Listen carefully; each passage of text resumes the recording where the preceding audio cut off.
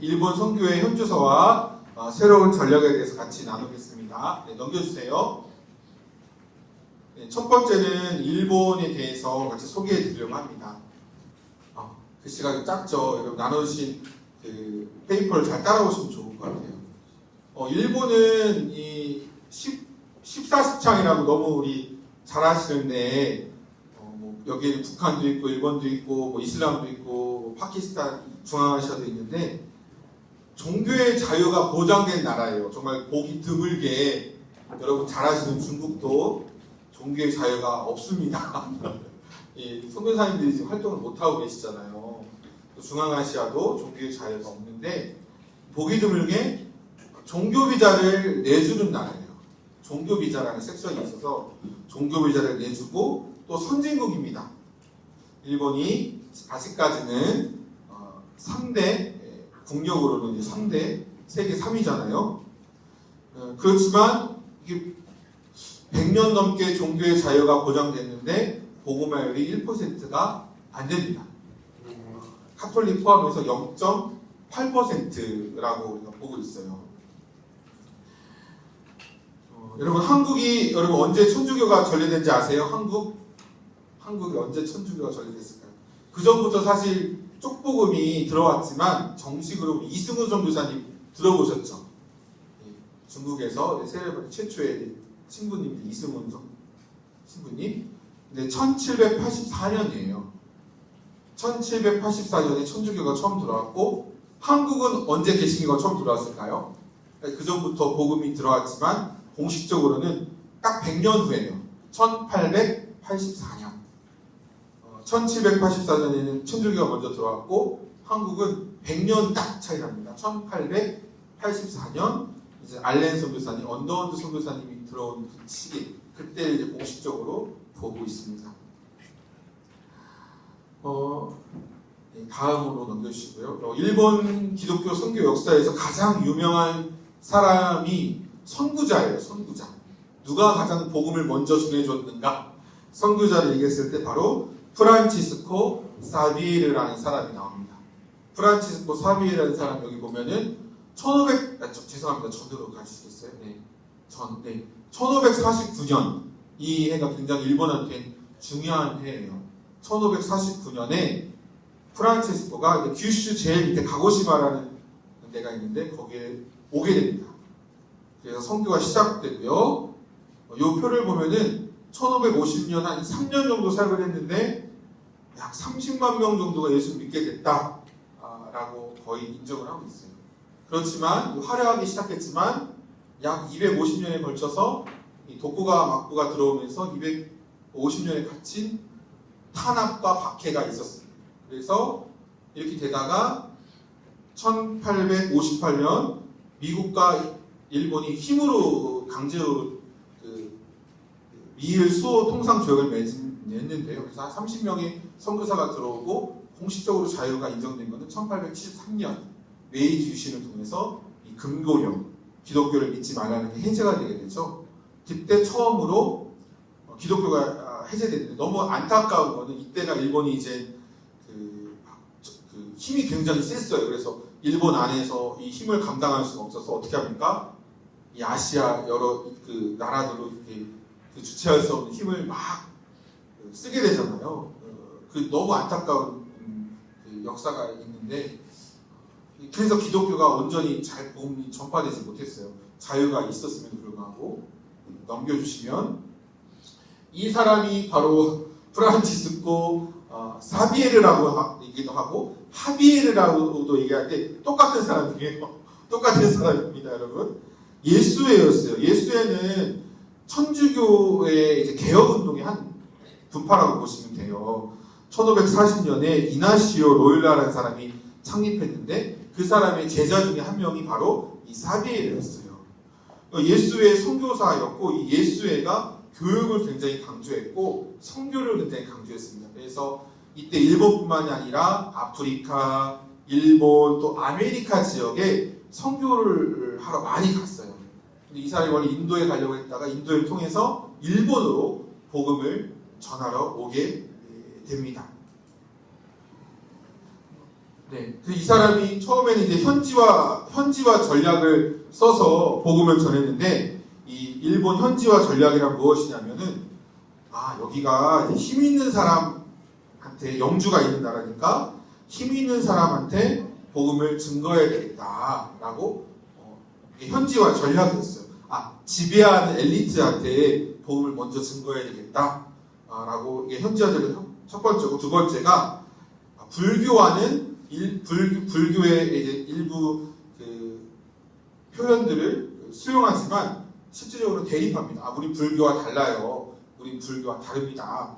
이렇게 우리는 불교보다 더 도덕적인 사람이에요. 하나님 믿으면 더 이 당시 불교가 이제 여러분 아시겠지만 많이 타락한 시대였고 변질된 시대였거든요. 그래서 우리 불교와 다릅니다. 도덕주의를 또 했고 또 마지막에 일본에 필요한 그런 상업과 무역을 통해서 복음을 전달하려고 했습니다. 세 가지였어요. 첫 번째 정치적을 통해서 힘 있는 사람을 통해서 두 번째는 저희들은 불교와 다릅니다. 깨끗한 종교예요. 도덕적인 종교예요. 그리고 세 번째가 여러분 필요한 그런 상업이나 이런 물건들을 채워줘서 이렇게 무역을 통해서 복음을 전하려고 했고 잘 됐습니다. 실제로 30만 명까지 복음을 증거했죠. 다음이요. 네. 그렇지만 이 이후에 도요토미 히데요시를 통해서 굉장히 정치적인 어쨌든 영주들을 통해서 복음을 전했기 때문에 그 영주들이 도요토미 히데요시 말을 잘 들으면 좋은데 어떻게 총을 갖게 되고 대포를 갖게 되고 이런 것들이 위협이 될 수 있다고 생각하니까 통제하려고 관리하려고 하죠. 그래서 도요토미 히데요시 통해서 처음으로 박해가 시작되고 도쿠가와 막부 시대에 들어가서는 외세니까 우리나라와 다른 우리나라를 침략하고 국격하신 외세라고 생각했기 때문에 철저히 배격하게 됩니다. 그래서 도쿠가와 막부에서는 기독교는 무서운 것, 나라를 망치는 것이라고 그렇게 전달했고 그게 250년 가까이 쭉 이어지게 되죠. 네, 다음요. 네, 그렇지만 이 와중에서도 크리스찬들이 있었을까요, 없었을까요? 네, 이것을 한국말로 하면 잠복, 형사가 도둑을 잡기 위해서 잠복하다 그 잠복이에요. 잠복 크리스찬, 숨어서 예수님을 믿는 잠복 크리스찬 또는 각굴에 숨겨진 숨은 이런 숨바꼭질 할 때처럼 찾지 못하게 겉으로는 저 불교 신자예요. 겉으로는 저 신도를 믿어요. 라고 겉으로는 이 불교 신자, 신도처럼 이렇게 숨겨진 기독교인들이 약 250년 동안 숨어서 신앙생활을 하게 됩니다. 여러분은 우리 너무나 유명한 게 나가사키나 이 규슈 쪽에만 이런 숨겨진 크리스찬들이 있었다고 생각하지만 사실 이분들이 아오모리까지도 가고요. 저기 동북지방 이바라키도 가고 후쿠시마에도 가고 널리 퍼졌어요. 어느 학자들은 75만 명까지 이렇게 퍼졌다. 박해를 피해서 흩어졌다. 그래서 이 순교지가 규슈 쪽에만 있는 것이 아니라 동북지방에 아오모리까지도 순교지가 있습니다. 푸미에라고 해서 시험이죠. 일종의 예수를 믿는지 안 믿는지 시험하는 시험인데 마리아상, 예수님의 상을 얼굴을 밟느냐 밟지 않느냐로 이 사람이 진짜 예수를 믿지 않는지 시험을 했죠. 그렇지만 이렇게 숨겨진 채로 또 기도문이나 구전 이 말로만 이 성경책이 있으면 잡혀가잖아요. 그러니까 이 기도문이나 말로만 신앙을 전달하다 보니까 이것이 때로는 불교랑 합쳐지기도 하고 어떤 식으로 나타나요? 불상 뒤에다가 이렇게 기도문을 적어놓고 앞에는 불상 뒤에는 기도문을 적어놓고 마리아상으로 만들어놓고 이런 식으로 혼합되다 보니까 특수하게 그 원래의 모습을 조금 합쳐진 불교와 신도와 합쳐진 모습으로 이렇게 그런 결과도 있었습니다. 여러분 1873년 정확히는 1858년에 미일 수호 통상 조약을 통해 선교사를 입국하게 됐지만 한 31명 정도 입국했는데요. 본격적으로 예수님 믿어도 좋아요 라고 한 게 1873년입니다. 그렇지만 여러분 아까 설명해 드렸듯이 이때 일본이 굉장히 힘이 셌어요. 그래서 국가적으로 천황을 중심으로 나라를 운영하고자 했습니다. 이걸 뭐라고 합니까? 국가 신도라고 해요. 여러분 신사가 뭐 하는 곳인지 아세요? 신사? 여러분 신사 많이 들어보셨죠? 신사가 뭐 하는 곳이에요? 우상인데 신사는 그 대상이 있죠. 신사에서 모시는 대상이 있잖아요. 그게 사람이 될 수도 있고 유명한 위인이 될 수도 있고 어떤 돌이 될 수도 있고 어떤 신령한 나무가 될 수도 있는데 신사는 그 대상과 나를 연결해 주는 곳이에요. 여러분 신사를 가면 어떤 의미예요? 내가 그 신과 연결되겠다라는 의미예요. 내가 그 신과 연결되겠다. 그러니까 공부의 신을 모시는 데가 이제 규시에 있는데 거기를 가면 그 공부의 신과 내가 이 제사를 통해서 참배를 함으로 연결되겠습니다 라는 뜻인 거예요. 그러니까 신사에 가서 함부로 저희가 절하면 안 되겠죠. 우리는 예수님과 포도나무가 가지로 연결됐는데 나는 이 신이랑 연결되고 싶어 해서 거기서 절하면 안 되겠죠. 근데 일본 분들은 이거를 종교로 소비하기보다는 그냥 문화로 전통으로 소비를 해요. 실제로 의미는 그 신과 연결되는 것인데 우리 엄마가 하니까 우리 아빠가 하니까 내 친구가 하니까 같이 따라가는 거죠. 소원을 이뤄준다고 하니까. 근데 그 진짜 의미는 그 신과 연결되는 거예요. 그렇죠. 여기 보면 국가신도라고 나와있지. 국가신도 누구랑 연결되는 걸까요? 천황이랑 연결되는 거예요. 그 천황이 신적인 존재가 되는 곳이고 그 천황과 그 신민, 그 천황의 백성이 연결되는 장소가 신사참배인 겁니다. 그래서 이 신사참배가 잘못됐다. 예수를 믿는 사람은 할 수 없습니다. 라고 얘기한 게 이제 주기철 목사님 같은 분들이 이렇게 신앙을 지키신 것이죠. 네, 다음이요. 네, 일본 기독교의 최신 근황. 초고령화와 정책. 딱 두 가지로. 일본 지금 교회 어때요? 라고 물은다면 두 가지로 말할 수 있어요. 나이 드신 분들이 너무 많아요. 젊은 사람이 없어요. 그리고 교회가 10년 전에 20년 전이랑 똑같아요. 이게 바로 이 두 가지로 말할 수 있습니다. 네. 넘겨주시고요. 네, 일본 기독교의 분포를 보면은 0.8%라고 봤는데 이 중에 절반이 개신교예요. 그러니까 개신교는 몇 퍼센트가 되는 거예요? 0.8에서 절반이니까 0.4. 근데 나머지 0.4 중에 0.3 카톨릭이고 이 기타 교파는 우리도 한국도 인구조사할 때 기독교라고 하면 이 기독교 안에 통일교가 있어. 통일교는 안 들어가요. 통일교는 안 들어가고 여호와의 증인도 들어가요. 뭘 보면 여호와의 증인도 들어가고 죄송합니다. 여호와의 증인도 들어가고 예수 그리스도 후기 교회. 이게 뭘까요? 예수 그리스도 후기 교회. 몰몬교를 얘기하는 거예요. 그 여호와의 증인과 예수 그리스도 후기 교회도 기독교로 인구조사할 때 들어가요. 일본도 마찬가지예요. 약 11만 명 정도가 이제 그런 몰몬교나 이제 여호와의 증인인 것이죠. 네, 넘겨주시고요. 70세 이게 뭘까요? 70세. 네, 2022년도 기준으로 했을 때 일본 목사님들의 평균 연령이에요. 70세. 그런데 이게요, 90년대에는 50대 후반이었어요. 50대 후반 많이 계시죠?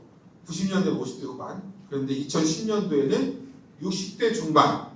2022년에는 70세 이상이니까 지금 5년이 지났으니까 여기에 플러스 5를 하면 75세가 되는 거겠죠. 그래서 30, 40대 목사님들이 굉장히 귀합니다. 신학교만 나와도 서로 모셔가려고 하는 교회들이 많아요. 근데 왜 신학생이 없습니까? 교회가 미자립됐기 때문에. 쉽게 얘기하면 교회에서 사택을 주고 사례비를 줄 수 있을까요? 없을까요? 없기 때문에 악순환이에요. 계속 악순환. 교회가 미자립이기 때문에 목사를 초청할 수 없고 목사 지원하는 사람은 이 현실을 알기 때문에 지원하지 않고 성도는 계속 줄고 기존 목사님들은 나이를 계속 들어가시고 이게 이 악순환의 사이클입니다. 다음이요. 여러분 일본 교회 전역에는 약 7,800개의 교회가 있다고 합니다. 이 중에 교회 근데 주일 출석이 30명 미만인 교회가 70% 이상. 이 30명인데 일본에서 메가처치를 보통 100명 이상이라고 보고요. 이 30명이 넘는 거에 따라서 출석 인원입니다. 자립할 수 있다 없다를 봐요. 근데 70% 이상이 30명 이하고요. 그리고 목사가 없는 교회가 10%에서 15% 이상에 달한다고 합니다. 그렇기 때문에 어떤 일이 일어나요? 여러분 군대 갔다 오신 분들은 여러분 전방에 강원도나 경기도 전방에 군대 갔다 오신 분들은 아시지만 목사님들이 오전 예배 드리고 오후 예배 드리러 부대로 막 옮기시잖아요. 그것처럼 일본도 한 목사님이 여러 교회 군대 목사를 예배를 인도하러 갔어요. 운동타치아산도 얘기해 주셨는데 본인이 살고 있는 토치기도 한 목사님이 세 군데 교회를 막 9시 예배 드리고 11시 예배 드리고 1시 예배 드리고 이런 식으로 실제로 지금 일어나고 있는 겁니다. 다음요. 그래서 일본에서 여러분 일본의 최대 교단은 어디냐면 일본 기독교단이에요. 일본 기독교단. 근데 이게 사실 일본이 강제적으로 1941년도에 정부의 주도로 천황제를 인정하는 받아들이는 이 위해서 교회를 합쳐요. 일본 기독교단의 이름으로 합칩니다. 하나의 교단만 남기게 되죠. 그래서 여기에 반대한 목사님들이 일본 성결교단 목사님들이 굉장히 강력하게 반대하고 감옥에도 갔었습니다. 일본에서도. 그렇지만 일본 기독교 교단이 지금까지도 제일 큰 교단이에요. 이 교단 기준을 봤을 때 신자 수가 1990년대에는 20만 명이었는데 지금은 코로나 지나고 10만 명으로 줄어든 거예요. 절반이 된 거예요. 그럼 당연히 출석 인원도 8만 명에서 4만 명으로 줄어든 거죠. 코로나 이후에 이제 목사님들이 많이 돌아가셨고 또 많은 지교회들이 합쳐졌어요. 그리고 교회가 없어진 교회도 많이 있습니다. 다음이요. 그럼 일본에 선교사들이 몇 명이나 있어요? 라고 물어보면 약 2,500에서 3,000으로 추산되는데 이 중에 절반이 한국 분들이에요. 이 중 절반이 한국 분들인데 그럼 그냥 1,500명으로 잡을게요.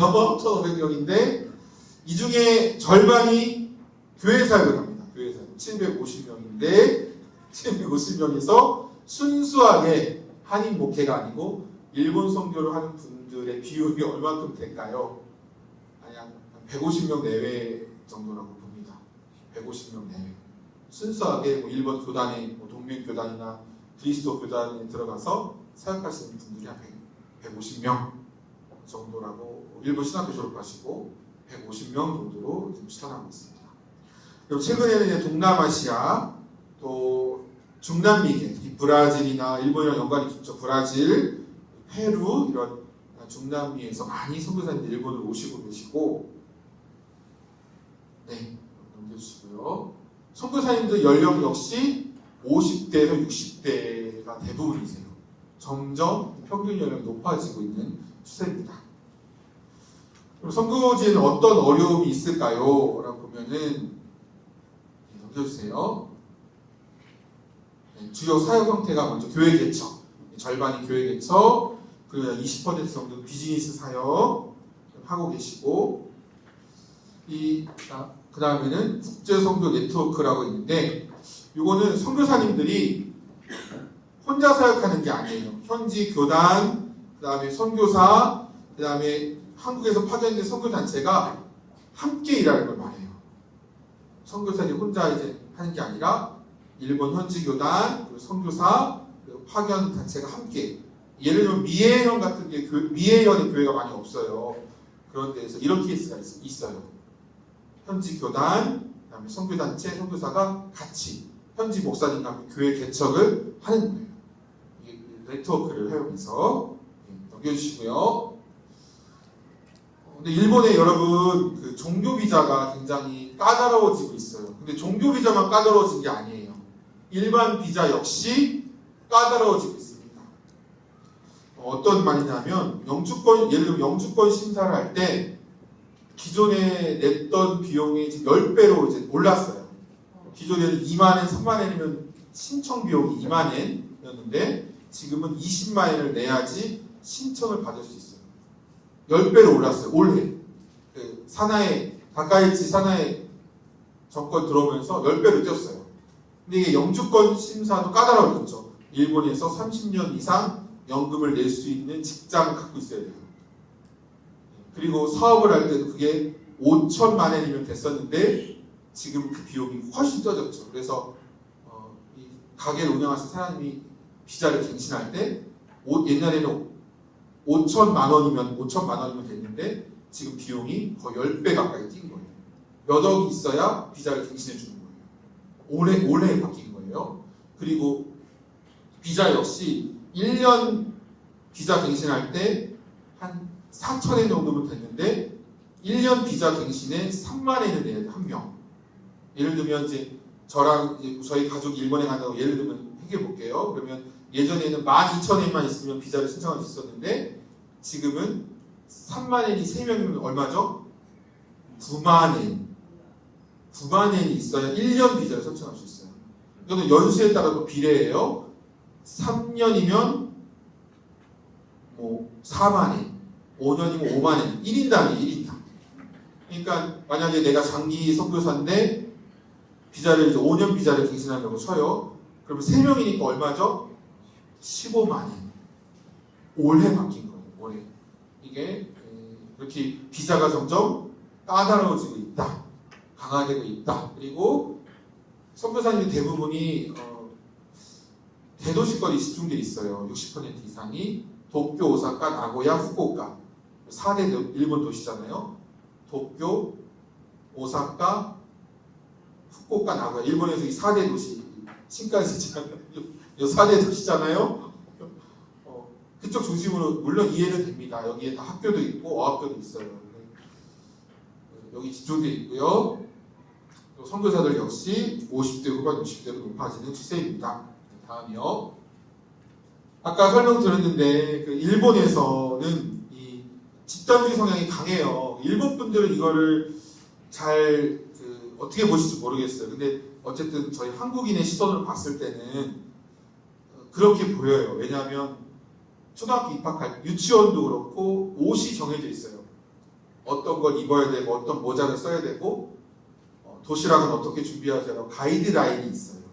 이거 지키라고 주는 거예요. 지키라.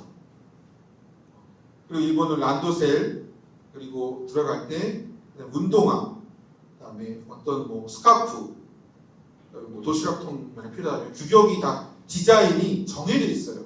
그래서 한국 사람들이 어려워하는 부분이 왜 이걸 따라야 되지? 똑같이 해야 돼요? 라는 질문을 굉장히 많이 해요. 한국에서 안 그러는데 일본에서는 그냥 당연한 가이드라인을 주고 굉장히 규격화되어 있어요. 그러니까 집단주의가 좀 강한 거예요. 그보다는. 그리고 중고등학생들을 보면은 부서 활동을 꼭 해야만 해요. 내가 중학생, 고등학생이면 토요일, 일요일 날 부서 활동을 꼭 해야 돼요. 이걸 안 하면 아시죠? 어떤 일이 일어나는지 아시죠? 친구들 사이에서 이직을 당하거나 왕따를 당할 수 있어요. 네. 그래서 주일날 교회에 오는 게 학생들이 힘들어서 일부러 토요일날 예배를 하는 교회도 있습니다. 그리고 취업할 때 어떻게 옷이 다 똑같아질까요? 내가 갖고 있는 양복 입으면 될까요? 아니면 양복을 살까요? 취업용 양복이 따로 있어요. 그래서 저희 선교사님 중에서도 그 양복 입고 있는 사진을 찍어서 저한테 보내주신 적 있어 깜짝 놀랐습니다. 이거 왜 취업용 양복인데 입고 계시네 하고서 옷이 정해져 있어요. 그래서 본인이 개성이 있어도 3학년 보통 3학년 때 시험 활동 많이 하는데 옷이 똑같았습니다. 어떤 집단주의 성향이 강하다는 거예요. 한국보다 강하다는 거지 뭐 절대적인 걸 얘기하는 건 아닙니다. 그래서 일본 속담 중에 데르푸이와 우타레라는 말이 있어요. 무슨 말입니까? 튀어나온 말뚝은 망치를 맞는다라는 속담이 있어요. 그래서 조화를 깨는 것, 다른 것에 있어서는 좀 용기가 필요합니다. 이것도 복음을 전할 때 이게 도움이 되지 않는 거예요. 조화를 깨고 뭔가 가족과 다른 친구들과 다른 걸 선택한다는 게 일본 사람들을 주저하게 한다는 거예요. 기독교가 뭔가 다른데 이거를 전할 때 주저하게 되는 거예요. 일본인들은 태어나서 신사에 가서 뭘 하죠? 일본인들이 태어났습니다라고 절을 하는데, 일본인들이 그 남자애는 태어나서 31일째, 2일째, 그리고 여자애는 32일째, 3일째 그 지역에 있는 시내에 가서 초참배를 합니다. 이게 공동체의 그 지역의 일원이 되었다라는 것을 알리는 거예요. 신사는 그 신과 연결되는 것이죠. 그 공동체의 일원이 되었다라는 것을 알리는 거예요. 태어나서 신사에 가고, 그 다음에 결혼식 때는 드라마에서도 많이 나와요. 예식장인데 성당 같은 약간 채플 형식에서 많이 드리고, 되게 옷샤레하잖아요. 화려하잖아요. 그래서 많이 드리고, 호텔에서 많이 하고, 호텔에서 기독교 채플식으로 꾸민 곳에서. 근데 죽을 때는 절에 갑니다. 왜 그러십니까? 죽은 후에도 이 사람의 명복을 빌어주니까, 우리 가족이 잘 되기 빌어주기 때문에 이 절은 그 장례 문화와 굉장히 연결되어 있습니다. 근데 이거를 종교로 소비하는 게 아니라 전통과 문화로 소비해요. 실제로는 종교랑 굉장히 깊숙한 연결이 있는데 이걸 전통과 문화로 소비하기 때문에 이게 복음을 전할 때 장벽이 된다는 것입니다. 넘겨주시고요. 네, 장례 문화 포기했고요. 또 장남의 신앙 포기 사례. 네, 부모님 사후의 제사이나 관리해 주는데 네가 이걸 안 맡아서 할 거야? 그럼 부모님이 당연히 반대하겠죠. 부모님이 예수님 믿는 사람이 아닌데, 내가 예수님 믿으려고 하는데 네가 예수님 믿으면 이거 이제 다 빼야 되잖아요. 이름을 다 빼야 되잖아요. 그런 결단이 부모님이 하기가 어렵죠. 근데 아들로서 또 부모님 입장과 다르면 어렵잖아요. 이런 갈등이 있습니다. 예수님 믿으면 나 죽은 후에 관리는 어떻게 되냐, 이런 식으로 되는 거죠. 이게 복음 전할 때 장벽이 된다는 겁니다. 네, 넘겨주시고요. 네, 그래서 한 선교사님이 이렇게 고백합니다. 10년을 사귀어야 비로소 속마음을 꺼냅니다. 근데 이게 저도 들었어요. 저도 제가 있던 교회에 혼다 야스시 목사님, 후쿠시마 출신이시고 시즈오카에서 20년, 홋카이도에서 20년 생각하시고 이제 가나가현에서 이제 지금 10년째 하고 계신데, 저한테 실제로 했던 말이기도 해요. 5년 되셨을 때 저한테 얘기했는데, 교회 온 지 5년, 난 아직도 이곳의 일원이 아니다. 외부인이다. 5년. 일본 사람도 일본 사람이 힘든 거예요. 한국 사람이 선교한다는 게 더 어렵겠죠. 근데 지금은 아직까지 10년, 그때 5년 전에 그렇게 얘기를 했으니까 아직까지 계십니다. 그러니까 점점점 성도들이 마음의 문을 열고 있어요. 넘겨주시고요. 네, 10명은 미자립입니다. 30명이 넘어야 자립을 할 수 있는 건데, 그래서 목사님들이 투잡을 뛰세요. 우리 백승원 선교사님도 이제 저희 아웃리치를 가지만 목사님들 일을 하실까 안 하실까요?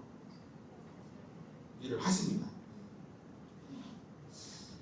30명이 정기적 수석해야지만이 겨우 이제 교회 이제 자립이 많은 수가 아니에요. 그것도 자립이 되지만 30명이 넘지 못하면 아마도 일을 하실 수밖에 없는 상황입니다. 그래서 저도 이제 일본에 있을 때 이제 그런 목사님들 모임에 가면은 어떤 일을 하고 있는지 아는, 건물 청소를 해.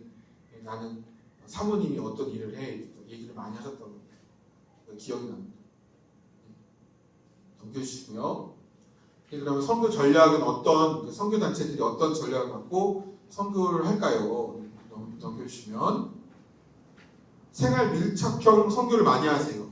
어떤 대규모 전도 집회를 러브 소나타에 이제 직접 할 수는 없잖아요. 이거 참여하는 것도 방법이 될 수 있고, 그 다음에 이제 카페를 운영하신다거나, 저희 카나자와 현에 계신 목사님, 저희가 후원했던 목사님, 작년에 후원했던 목사님도 카페를 여셨죠. 그 지역 주민이 올 수 있게.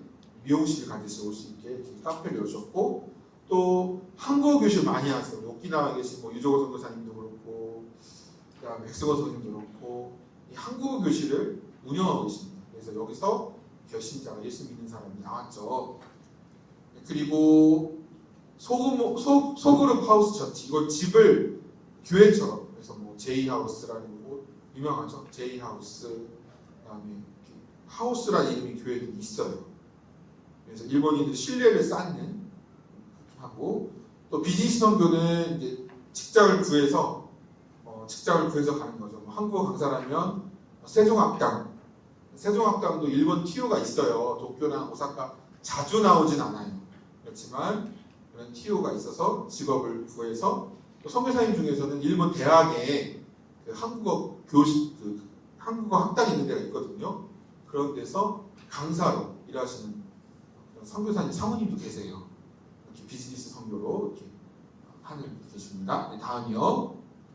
그 다음에 젊은 세대 분들은 유튜브를 많이 보잖아요. 그래서 젊은 목사님들은 유튜브를 많이 하세요. 복음을 되게 알기 쉽게 전할 수 있는 통로로 유튜버가 돼가지고, 그래서 궁금한 질문들이 있잖아요.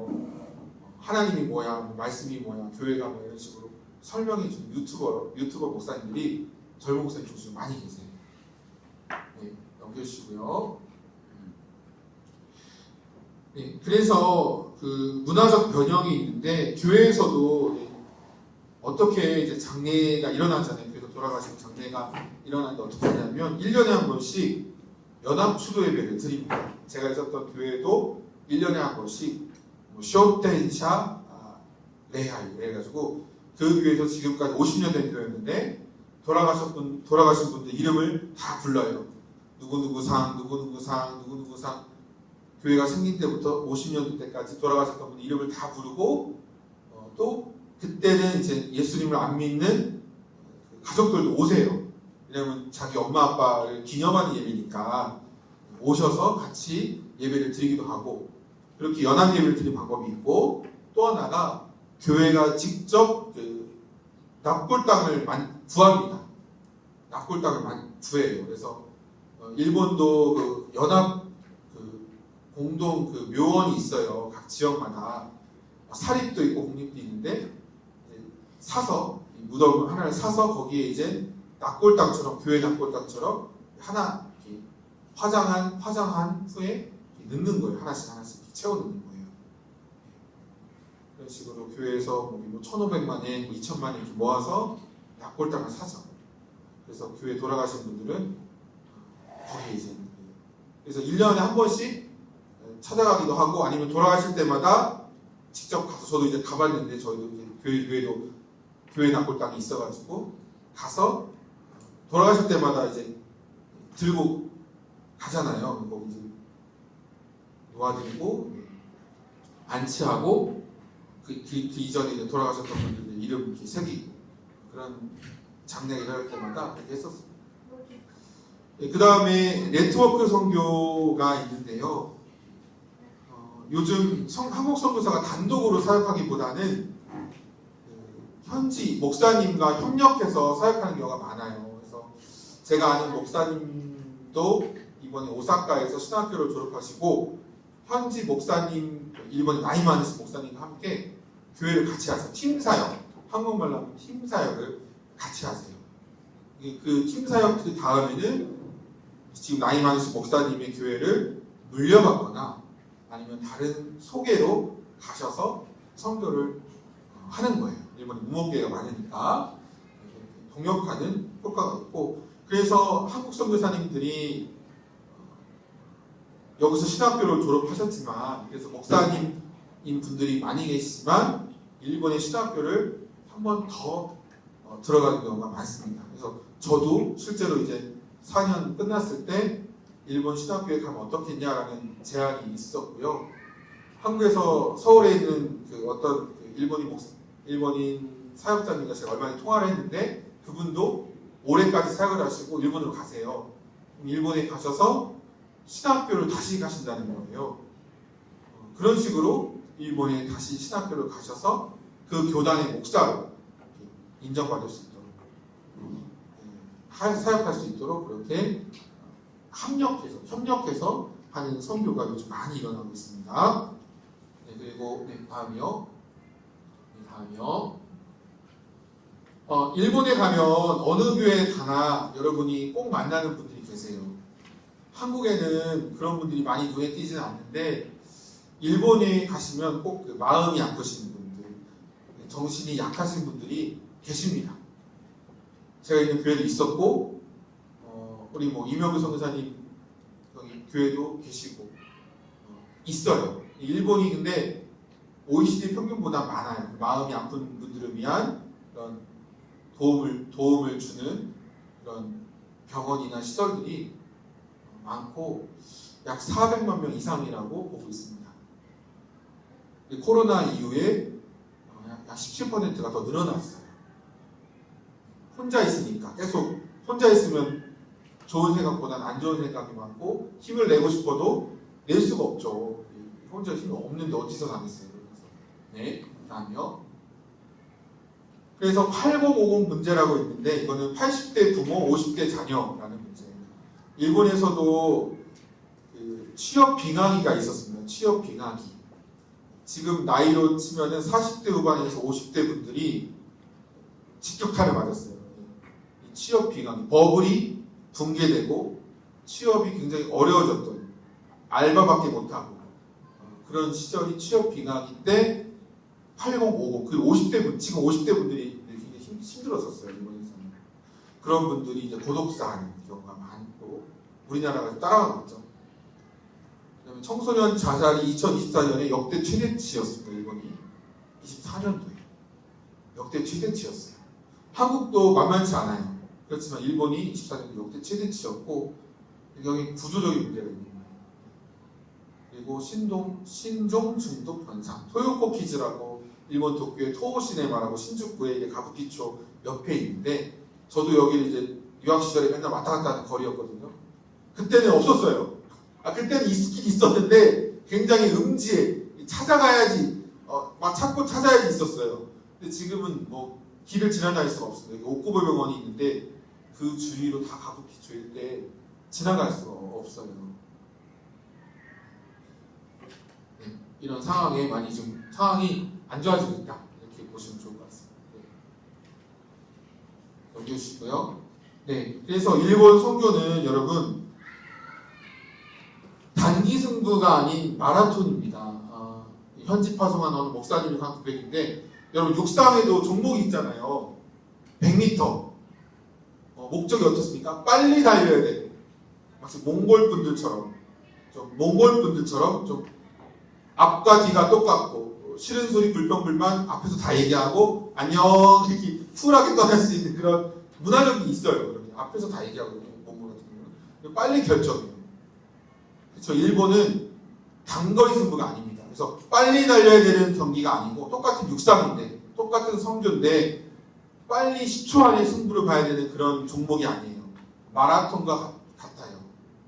인내해야 되고 성실해야 되고 꾸준해야 되고 육상 종목 중에 가장 결과가 늦게 결과는 분명히 나오는데 육상 종목 중에서 가장 끈기가 필요하고 가장 오래 걸리고 똑같은 육상, 똑같은 성교지만 다른 거예요. 성교의 이 종목이 마라톤처럼 생각하시면 좋아요.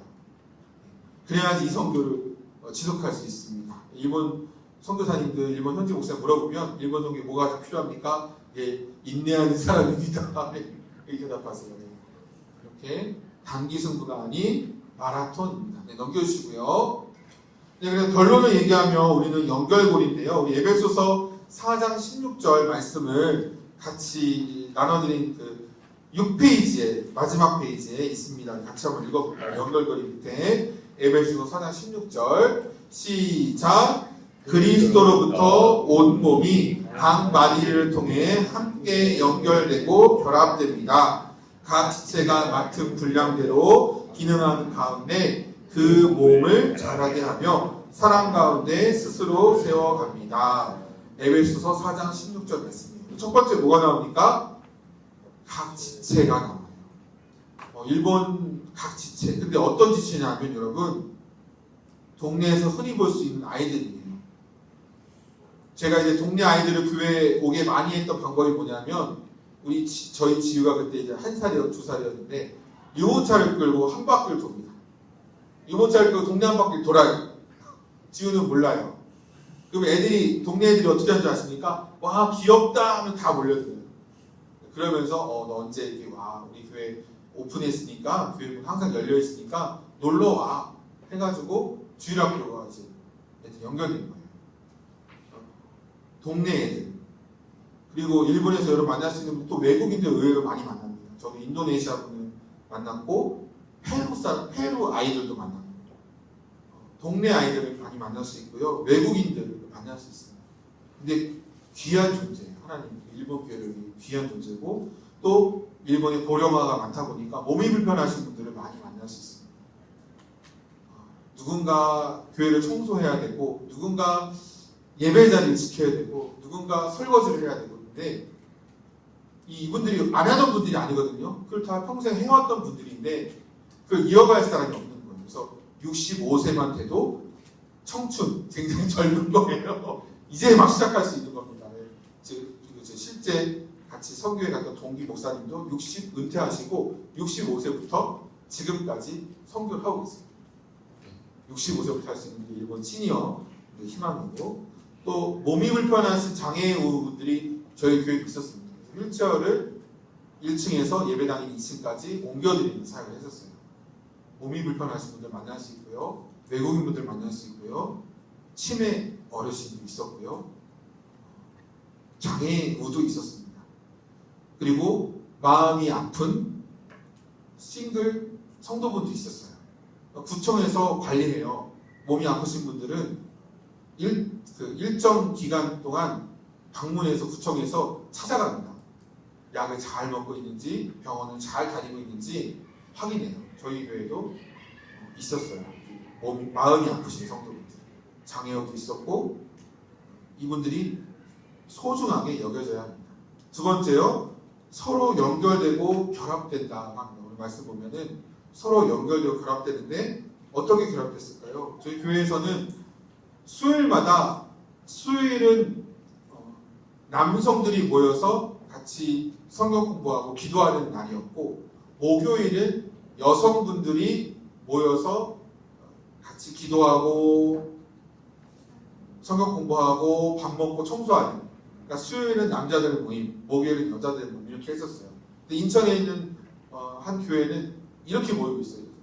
인천에 있는 한 일본인 예배인데 거기는 수요일은 남자 모임, 목요일은 여자 모임 이런 식으로 기도하고 성경 공부하고 모임이 있어요. 그래서 어떻게 우리가 연결되어야 할까요? 교회에서는 기도로 또 도시락을 같이 먹고 또 같이 청소하기도 하고 또 기도할 때는 교회의 기도 제목도 나누고요. 개인의 기도 제목도 나누는 시간이에요. 이렇게 서로 기도와 말씀으로 연결되어야 되는 게 필요합니다. 왜냐하면 혼자서는 존재하지 오늘 요나단 다윗처럼 우리가 하나님 사이 연결된 존재잖아요. 기도와 말씀으로 연결되어야 되고 세 번째가 뭐가 필요합니까? 연결고리가 필요합니다. 하나의 몸이 되기 위해선 각 소중히 연결된 개인과 개인이 연결된 연결고리가 필요해요. 우리가 하나님 사이 연결고리가 누구죠? 구원자 예수 그리스도가 연결되잖아요. 또 우리 인생에 있어서 우리 인도자 되신 성령님께서 우리를 바른 길로 말씀을 통해 또 연결해 주시잖아요. 이렇듯 성도와 성도 사이가 연결되어야 되고 또 성도와 전도 대상자가 연결돼야 돼요. 연결고리가 필요해요. 여러분 일본에 제가 있을 때도 미우성이라는 발레를 잘하는 우리 학생 정말 영국으로 유학 갔어요. 영국으로 발레 유학을 간 장학생으로 간 그 학생 한 명을 위해서 정말 초중고 시절 동안 연결해줬던 카오리상이라는 여성분이 한 명 계셨어요. 미우가 정말 발레를 하면서도 신앙생활을 초중고 계속 지킬 수 있었던 것은 그 카오리상에 헌신이 있었기 때문이에요. 근데 그 카오리상이라는 여자분이 미우한테만 그런 게 아니라 이제 미우가 발레를 통해서 영국 유학을 가니까 그 동생 유아를 또 초중고 동안 신앙을 지킬 수 있도록 연결고리가 되어줍니다. 그리고 이 학생들은 각 지역마다 캠프가 있는데 여러 캠프에 같이 가요. 혼자 가지 않아요. 선생님이 인솔자가 같이 가는데 가서 또 같이 갔을 때 그 학생들끼리 같은 신앙 안에서 연결고리가 또 됩니다. 그래서 일본에 있는 학생들한테 언제 신앙을 갖게 됐어요? 라고 물어보면은 캠프 가가지고 신앙을 갖게 됐어요 라고 얘기하는 사람들이 많아요. 이렇게 연결고리가 또래와 또래끼리 또 연결고리가 돼야 돼요. 그리고 또 여러분이 아우니치를 또 가시는데 율리안국에서 아우니치를 가고 저희도 아우니치를 가지만 교회와 교회 사이 연결고리, 정말 미자립 상태인 목사님이 일을 하고 있는 그 미자립 교회와 상담교회 같은 교회와 교회가 연결고리가 무엇입니까? 아우니치죠. 아우니치를 통해서 일본 선교팀에 연결되고 또 일본 선교팀의 또 인력과 재정이 또 한계가 있잖아요. 더 잘해주고 싶잖아요. 선교지 더 많이 헌금하고 싶고. 그러니까 어떻게 했어요? 저희가 교구와 연결시켜서 율량 교구 1000명 율량교구와 연결시켜서 그 선교지에 어쨌든 뭐 기도와 또 재정적인 도움이 흘러갈 수 있도록 또 나중에 일본 선교팀도 그런 사역을 또 하면 좋을 것 같아요. 저희가 다른 지역에 가서도 연결고리가 되고 그 위에 또 교구와 연결시켜서 더 많은 후원과 기도가 흘러갈 수 있도록 이렇게 하는 모델이 이번에 율량교구 가는 모델이 그런 모델입니다. 좋은 모델이고요. 또 네 번째로 몸이 자라며 라는 표현이 나와요. 우리가 예수님을 처음 믿을 때 감격으로 평생을 예수님 믿는 것이 아니라 몸이 자라야 합니다. 이것은 팀 켈러 목사님이 얘기했듯이 또 유진 피터스 목사님이 얘기했듯이 어떤 유명한 영성 전문가들도 다 얘기하지만 우리가 끝까지 싸워야 할 분야는 자기중심성을 내려놓는 거예요. 이게 끝까지 우리에게 죄를 짓게 하는 발목이거든요. 자기중심성을 내려놓을 때 우리가 성장할 수 있고 또 우리가 죄로부터 내 스스로의 죄를 회개함으로 말미암아 구원받지만 항상 놓치는 부분이 뭐냐면 하나님의 진노하심이 있어요. 하나님의 진노하심과 내 죄가 같이 있어요. 이 하나님의 진노함, 우리를 향한 하나님의 진노하심과 이 죄의 저주에서 우리가 구원받았음을 깨달을 때 단순히 내가 죄를 해결해야 용서받는 게 아니라 하나님의 진노하심과 이 내 죄성이 있음에도 불구하고 이게 없어지지 않음에도 불구하고 우리가 은혜로 구원받는 예수님을 통해서 대신 구원받는 것을 깨달을 때 내가 죄성이 있는데 이런 내가 은혜로 구원을 받는구나. 그때 그리고 말씀과 성령의 인도하심을 순종할 때 우리가 몸이 자라는 것입니다. 그리고 마지막으로 여러분 이 말씀의 처음에 뭐가 나오죠? 그리스도로 말미암아 이 일이 시작되는 거예요. 어떤 우리가 봤을 때는 어떤 사람이나 목사님을 통해서 우리 일본 선교팀이 시작됐다고 생각하지만 오늘 말씀 에베소 말씀 보면은 그리스도로 말미암아 시작된 거예요. 우리 교회도 우리 부서도 그리스도로 말미암아 이게 시작된 것이고 마지막에 어떻게 세워집니까? 사랑 가운데 세워집니다.